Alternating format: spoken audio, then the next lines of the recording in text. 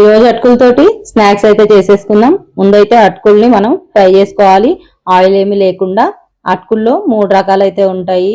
అటుకులు, దొడ్డ అటుకులు, పేపర్ అటుకులు, అలాగే సన్న అటుకులు. ఈ 3 రకాల అటుకులు ఏవైనా సరే ఇలా చేసేసుకోవచ్చు. స్నాక్స్ అయితే ఈవినింగ్ టైంలో పిల్లలకి చాలా ఇష్టంగా తినేస్తారు. ఈ అటుకుల్ని ముందు ఆయిల్ లేకుండా అయితే ఫ్రై చేసుకోవాలి. ముందైతే స్ట్రెయిన్ తోటి మనం జల్లించుకోవాలి.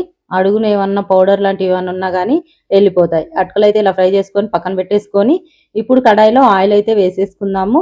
ఆయిల్ వేసిన తర్వాత స్పైసెస్ అయితే యాడ్ చేసుకుందాము. పచ్చిమిర్చిని చిన్న చిన్న వాటిగా కట్ చేసుకొని వేసేసాను ఆయిల్లో. ఈ ముందు పచ్చిమిర్చిని ఫ్రై చేసుకోవాలి.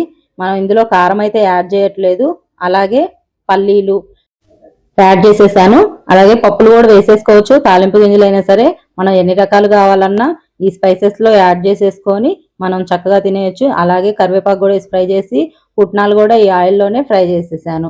మీరు కావాలంటే వెల్లుల్లి ఫ్లేవర్ ఇష్టమైతే వెల్లుల్లి ఫ్లేవర్ కూడా యాడ్ చేసేయచ్చు. నేనైతే వేయట్లేదు.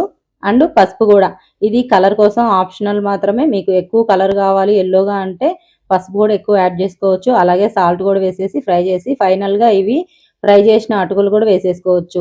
మీరు మళ్ళీ కావాలంటే ఒకసారి ఫ్రై అయిన తర్వాత అటుకులను కూడా మళ్ళీ జల్లించుకుంటే ఏ పౌడర్ ఉన్నా సరే వెళ్ళిపోతుంది. స్పైసీగా, టేస్టీగా, సింపుల్గా అటుకులు అయితే రెడీ. వీడియో నచ్చితే లైక్ చేయండి, షేర్ చేయండి, సబ్స్క్రైబ్ చేసుకోండి.